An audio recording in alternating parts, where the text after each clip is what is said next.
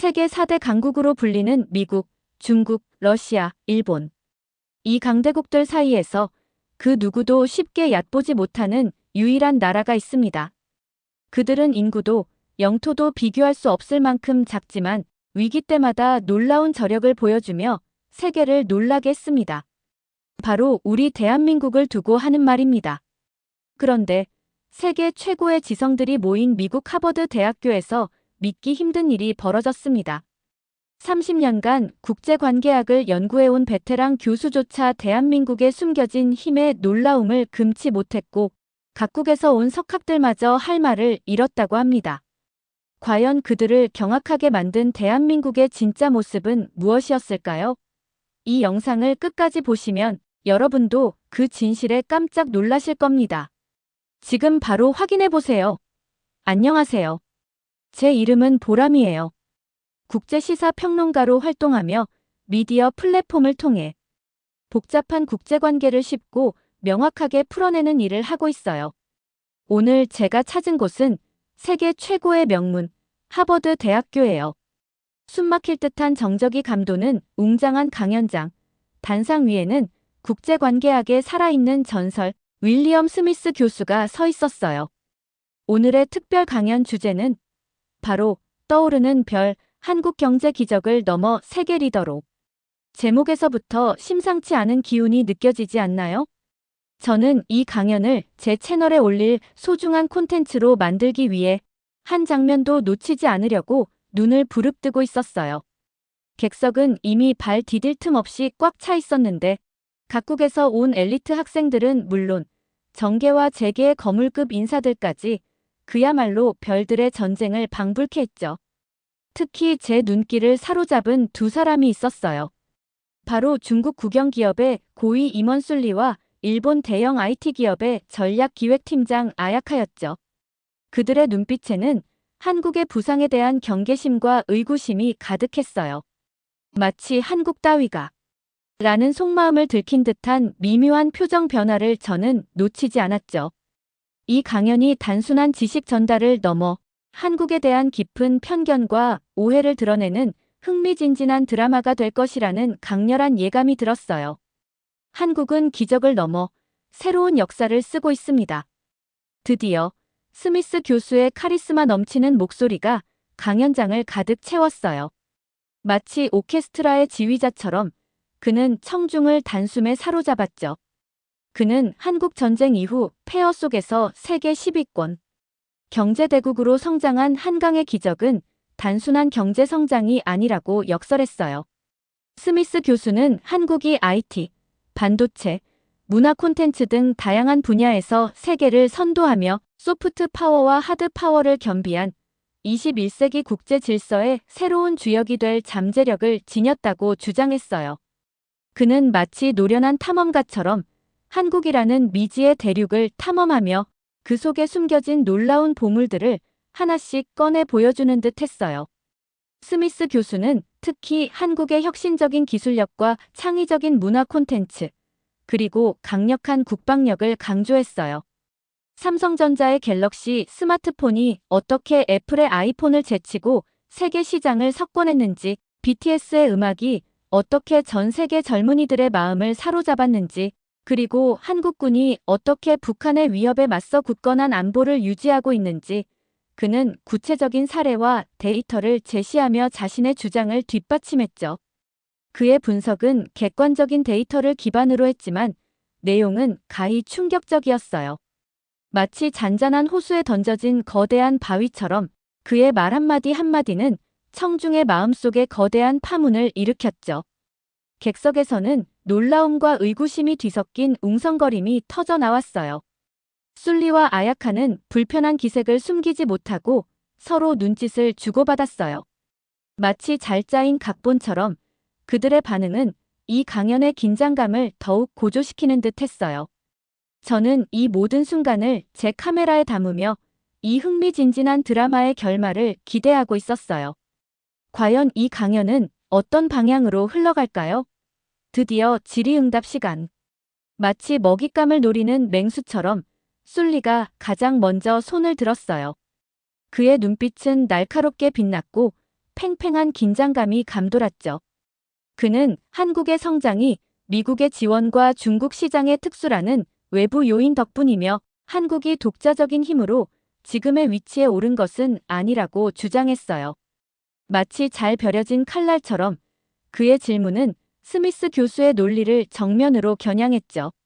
스미스 교수는 마치 노련한 검투사처럼 술리의 공격을 침착하게 받아넘겼어요. 그는 한국이 외부 요인을 활용한 것은 사실이지만 IMF 외환 위기 극복 과정에서 보여준 한국 국민들의 저력, 즉 금 모으기 운동과 기업 구조 조정 등 전 국민적인 노력이 없었다면 불가능했을 것이라고 반박했어요. 그는 마치 거대한 방패처럼 술리의 날카로운 질문을 막아내며 한국의 저력을 강조했죠. 저는 그 순간 1997년 IMF 외환 위기 당시 제 어머니께서 결혼 반지까지 내놓으시며 금 모으기 운동에 동참하셨던 기억이 떠올랐어요. 온 국민이 하나 되어 위기를 극복하려 했던 그 뜨거운 열기가 제 가슴 속에 다시 한번 벅차오르는 듯 했죠. 스미스 교수의 말처럼 한국의 성장은 결코 외부의 도움만으로 이루어진 것이 아니었어요. 그것은 온 국민의 피땀 어린 노력과 희생의 결과였죠. 이번에는 아야카가 나섰어요. 그녀는 한국의 기술력이 일본을 모방한 것이라는 비판을 제기하며 한국만의 독창적인 기술 혁신 사례를 요구했어요. 마치 정교하게 조율된 악기처럼 그녀의 질문은 스미스 교수의 논리에서 가장 취약한 부분을 파고들었죠. 스미스 교수는 잠시 생각에 잠기는 듯 했어요. 마치 숙련된 장인이 최고의 걸작을 만들기 위해 고심하는 모습이었죠.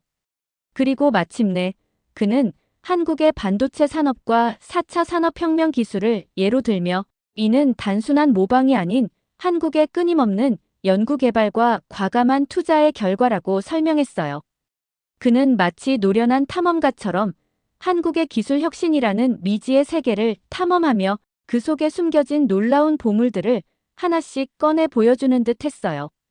스미스 교수는 특히 한국의 디램 반도체 기술이 어떻게 일본을 제치고 세계 1위를 차지하게 되었는지, 그리고 한국이 오직 인공지능, 바이오 등 미래 기술 분야에서 어떻게 선두를 달리고 있는지 구체적인 사례와 데이터를 제시하며 자신의 주장을 뒷받침했죠. 그는 마치 노련한 변호사처럼 자신의 주장을 뒷받침할 수 있는 강력한 증거들을 제시하며 청중을 설득해 나갔어요. 술리와 아야카는 스미스 교수의 답변에도 불구하고 여전히 의심의 눈초리를 거두지 않았어요. 그들의 표정에는 한국 따위가 라는 묘한 경멸감마저 느껴졌어요. 마치 굳게 닫힌 성문처럼 그들의 마음은 쉽게 열릴 것 같지 않았죠. 저는 그 순간 이 강연이 단순한 지식 전달을 넘어 한국에 대한 깊은 편견과 오해를 드러내는, 그리고 그것을 깨뜨리는 치열한 전쟁터가 될 것이라고 직감했어요. 저는 이 모든 과정을 제 카메라에 담으며 이 흥미진진한 드라마의 다음 장을 기대하고 있었어요. 과연 스미스 교수는 술리와 아야카의 편견을 깨뜨리고 한국의 진정한 가치를 증명할 수 있을까요? 아니면 술리와 아야카는 끝까지 자신의 생각을 고집하며 한국을 폄하하는 태도를 유지할까요? 저는 숨을 죽인 채 다음 순간을 기다렸어요. 바로 그때였어요. 마치 어둠 속에서 한 줄기 빛이 솟아오르듯 객석에 있던 한 한국인 연구원이 손을 번쩍 들었어요. 그는 자신을 하버드 대학교 국제관계학 연구원 지훈이라고 소개했죠. 그의 목소리는 차분했지만 단호함과 자신감이 넘쳐 흘렀어요. 마치 잘 벼려진 칼날처럼 그의 등장은 팽팽한 긴장감이 감돌던 강연장의 새로운 국면을 예고하는 듯했죠. 저는 지훈 연구원의 등장에 온 신경을 집중했어요. 그의 표정, 몸짓, 말투 하나하나가 제 카메라 렌즈를 통해 생생하게 기록되었죠. 그는 마치 노련한 검투사처럼 술리와 아야카의 주장에 대한 반박을 시작했어요. 먼저 한국의 성장이 미국의 지원 덕분이라는 주장은 일부 사실이지만 전부가 아닙니다.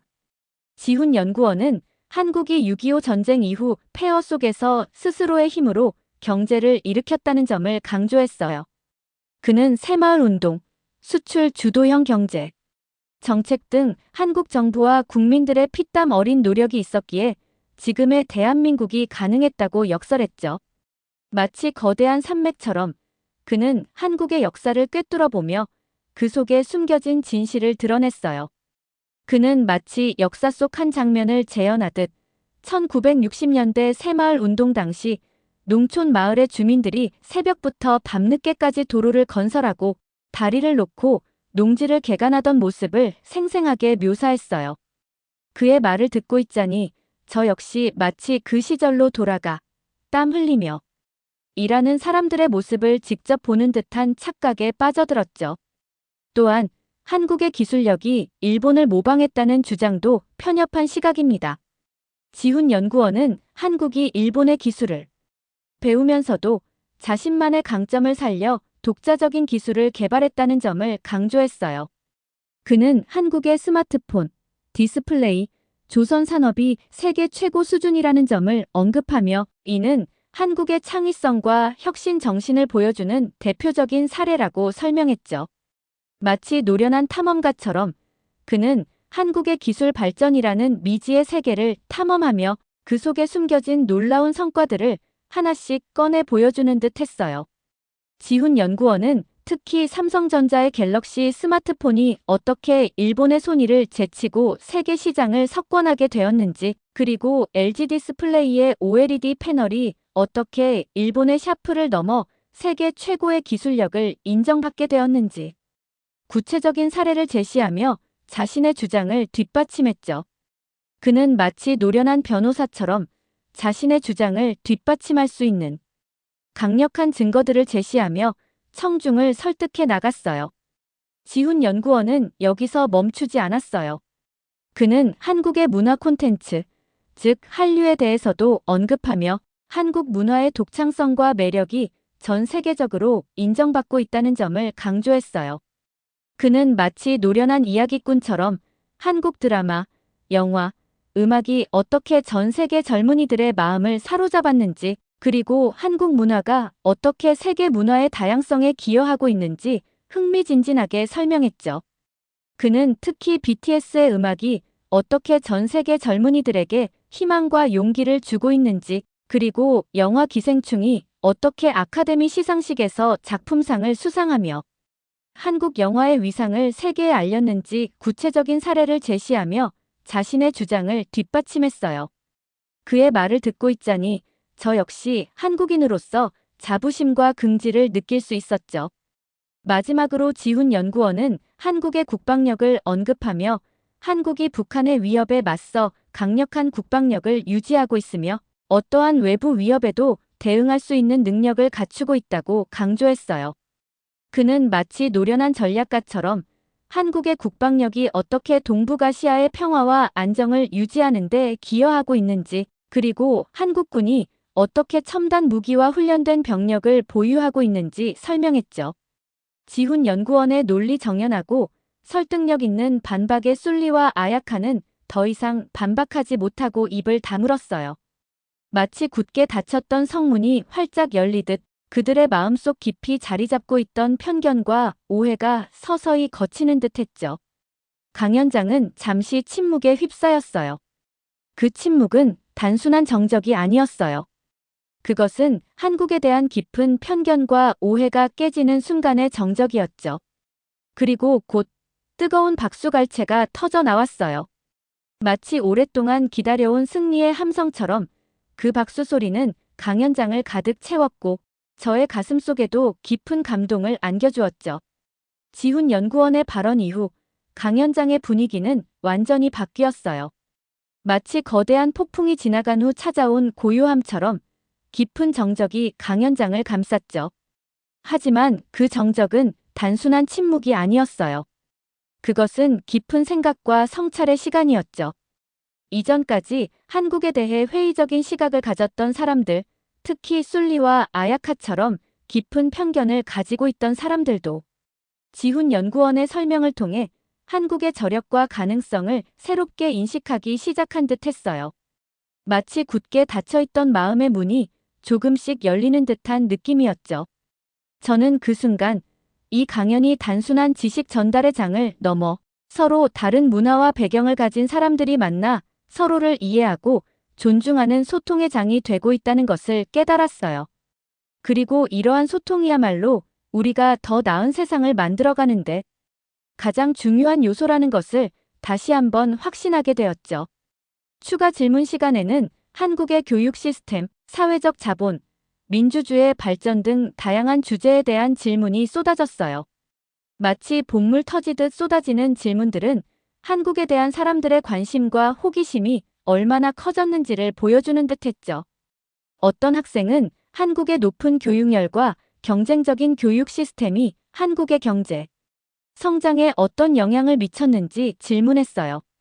그는 한국의 교육 시스템이 학생들에게 과도한 스트레스를 주고 창의성을 억압한다는 비판도 있다는 점을 지적하며 스미스 교수의 의견을 물었죠.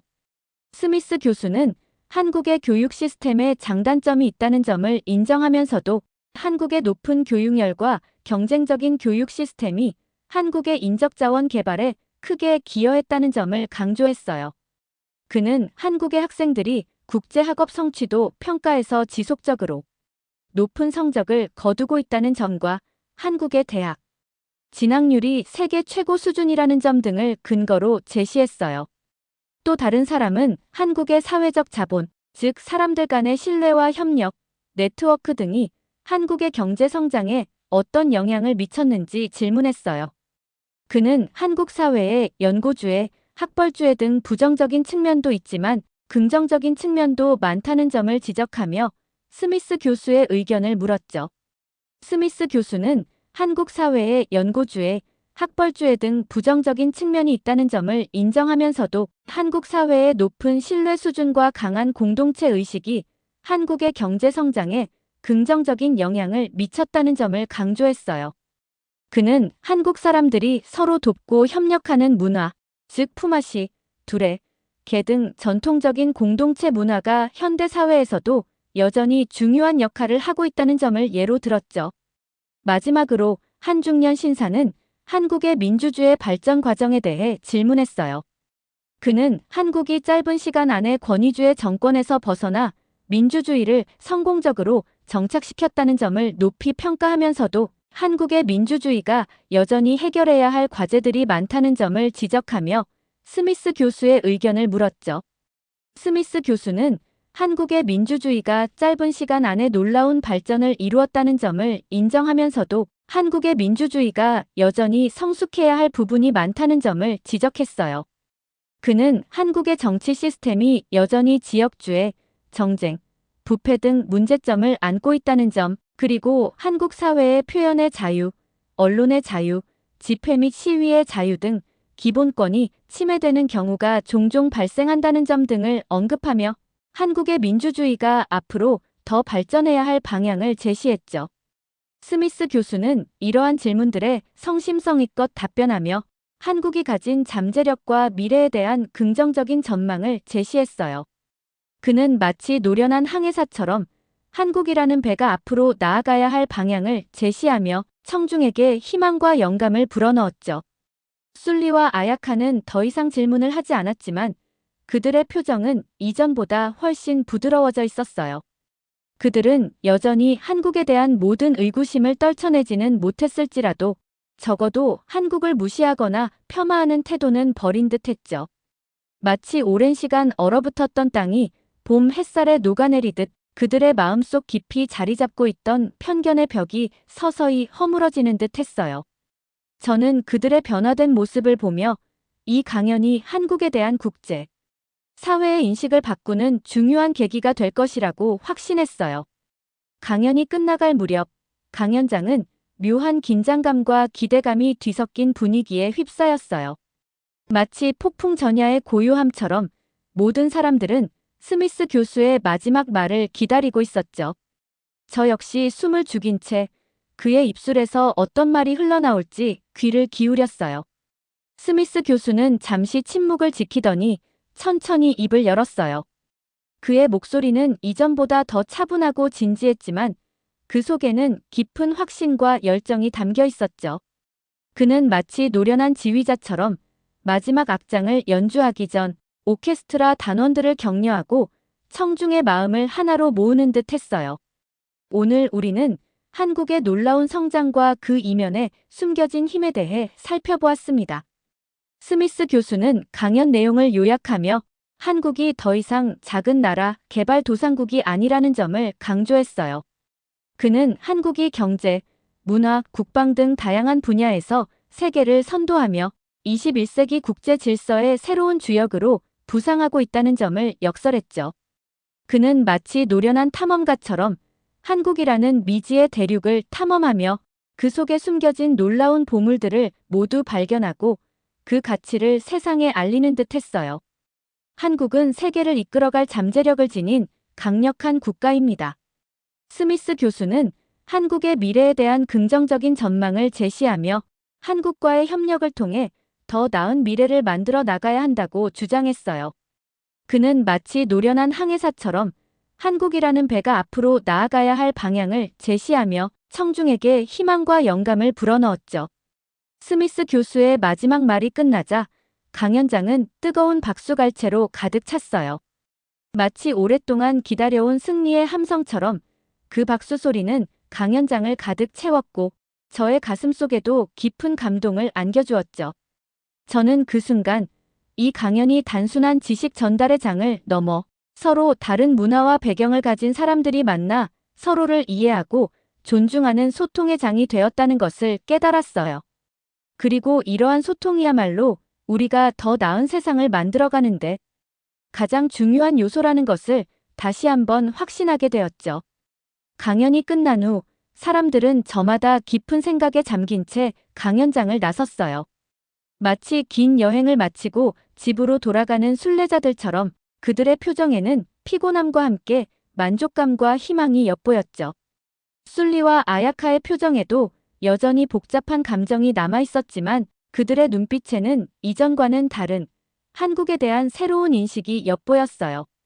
마치 오랜 시간 얼어붙었던 땅이 봄 햇살에 녹아내리듯 그들의 마음속 깊이 자리 잡고 있던 편견의 벽이 서서히 허물어지는 듯 했죠. 저는 그들의 변화된 모습을 보며 이 강연이 한국에 대한 국제, 사회의 인식을 바꾸는 중요한 계기가 될 것이라고 확신했어요.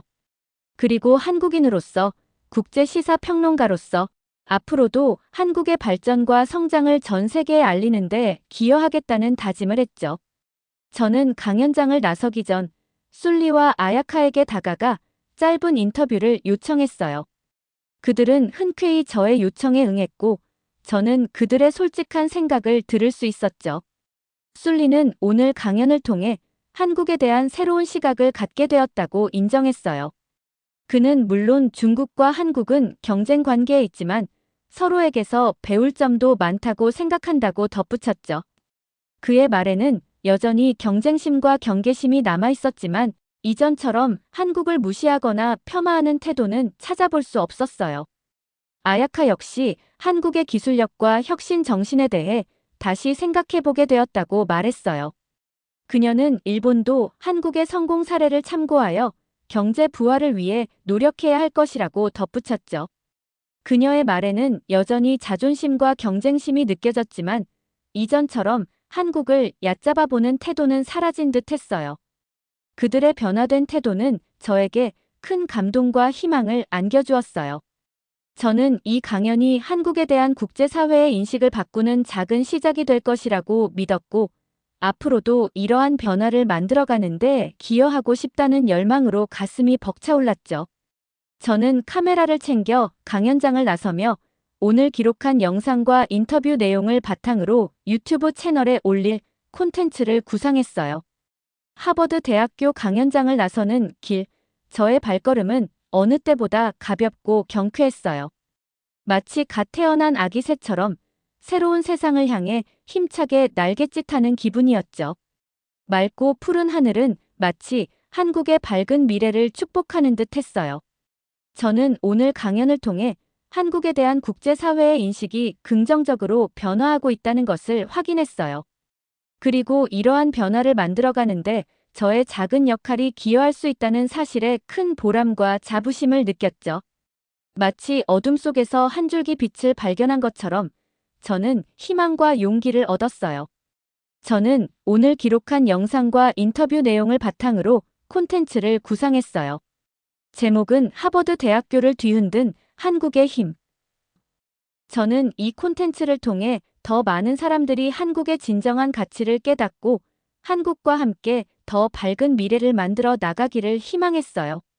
마치 노련한 농부가 풍년을 기원하며 씨앗을 뿌리듯 저는 정성스럽게 영상을 편집하고 자막을 넣고 배경음악을 삽입했죠. 콘텐츠를 제작하면서 저는 오늘 강연에서 있었던 일들을 다시 한번 되새겨 보았어요. 스미스 교수의 날카로운 분석, 술리와 아야카의 끈질긴 질문, 지훈 연구원의 논리 정연한 반박, 그리고 청중의 뜨거운 반응까지 모든 장면들이 제 머릿속에서 생생하게 되살아났죠. 마치 한 편의 드라마처럼 그 모든 순간들이 저에게 깊은 감동과 영감을 주었어요. 특히 저는 술리와 아야카의 변화된 모습에 주목했어요. 그들은 여전히 한국에 대한 모든 의구심을 떨쳐내지는 못했을지라도 적어도 한국을 무시하거나 폄하하는 태도는 버렸죠. 그들의 변화는 한국에 대한 국제사회의 인식이 긍정적으로 변화하고 있다는 것을 보여주는 가장 강력한 증거였어요. 마치 오랜 시간 얼어붙었던 땅이 봄 햇살에 녹아내리듯 그들의 마음속 깊이 자리 잡고 있던 편견의 벽이 서서히 허물어지는 것을 보면서 저는 희망과 용기를 얻었죠. 저는 이 콘텐츠를 통해 한국에 대한 국제사회의 인식을 개선하는 데 기여하고 싶었어요. 그리고 한국과 다른 나라들 간의 상호 이해와 협력을 증진하는 데도 도움이 되고 싶었죠. 저는 한국이 세계 평화와 번영에 기여하는 책임감 있는 국제사회의 일원이라는 것을 알리고 싶었어요. 콘텐츠를 완성하고 미디어 플랫폼에 업로드하면서 저는 이 콘텐츠가 얼마나 많은 사람들에게 영향을 미칠 수 있을지 기대했어요. 마치 갓 태어난 아기가 세상에 첫 발을 내딛듯 저의 콘텐츠도 세상에 첫 선을 보이는 순간이었죠. 저는 이 콘텐츠가 많은 사람들에게 한국에 대한 새로운 시각을 제시하고 한국과 함께 더 밝은 미래를 만들어가는데 영감을 줄 수 있기를 간절히 바랐어요. 콘텐츠를 업로드하고 몇 시간이 지나자 놀라운 일이 벌어졌어요. 조회수가 폭발적으로 증가하기 시작했고 댓글창에는 수많은 댓글들이 쏟아졌죠. 사람들은 한국의 놀라운 성장과 발전에 감탄하며 한국에 대한 긍정적인 댓글들을 남겼어요. 어떤 사람들은 한국에 대해 더 알고 싶다며 저에게 추가적인 정보를 요청하기도 했죠. 저는 그 댓글들을 하나하나 읽으면서 큰 보람과 감동을 느꼈어요. 마치 제가 뿌린 씨앗이 싹을 틔우고 꽃을 피우는 것을 보는 듯 했죠. 저는 이 콘텐츠를 통해 한국에 대한 국제사회의 인식을 개선하는데 조금이나마 기여했다는 사실에 큰 자부심을 느꼈어요. 그리고 앞으로도 한국의 발전과 성장을 전 세계에 알리는데 더욱 노력하겠다는 다짐을 했죠. 저는 국제시사평론가로서 한국과 세계를 연결하는 다리가 되고 싶었어요. 그리고 한국이 세계 평화와 번영에 기여하는 책임감 있는 국제사회의 일원으로서 성장하는 데 기여하고 싶었죠. 저는 앞으로도 한국의 밝은 미래를 전 세계에 알리는데 최선을 다할 거예요. 여러분, 오늘 우리는 하버드 대학교에서 벌어진 아주 특별한 강연과 그 이후의 이야기를 함께 지켜봤습니다. 스미스 교수님의 날카로운 분석, 술리와 아야카님의 끈질긴 질문, 그리고 지훈 연구원님의 가슴 벅찬 반박까지 정말 한 편의 드라마 같지 않았나요? 저는 이 모든 과정을 지켜보면서 그리고 마지막에 술리님과 아야카님의 변화된 모습을 보면서 정말 큰 감동을 받았습니다. 어쩌면 우리 모두는 마음속에 자신만의 편견과 오해를 가지고 살아가는지도 모릅니다. 하지만 오늘 이 강연처럼 서로 진솔하게 소통하고 이해하려는 노력을 통해 우리는 그 벽을 허물고 더 나은 세상을 만들어갈 수 있다는 희망을 보았습니다. 특히 지훈 연구원님의 말씀처럼 한국의 성장은 결코 외부의 도움만으로 이루어진 것이 아닙니다. 어려움 속에서도 굴하지 않고 끊임없이 노력하고 혁신하며 서로를 믿고 협력하는 한국인의 저력이 있었기에 가능했던 것이죠. 이 영상을 통해 한국인으로서의 자부심을 다시 한번 느끼게 되었습니다. 오늘 영상이 여러분께도 작은 울림을 드렸기를 바랍니다. 그리고 한국이라는 나라에 대해, 그리고 우리 사회에 숨겨진 저력에 대해 다시 한번 생각해보는 계기가 되었으면 좋겠습니다. 여러분의 따뜻한 관심과 응원에 진심으로 감사드립니다. 다음 영상도 더욱 알차고 의미 있는 내용으로 찾아뵙겠습니다. 잊지 마시고 구독, 좋아요, 알림 설정 꼭 부탁드립니다. 여러분의 작은 행동 하나하나가 더 나은 세상을 만들어가는 큰 힘이 될 수 있습니다. 함께 해주셔서 감사합니다.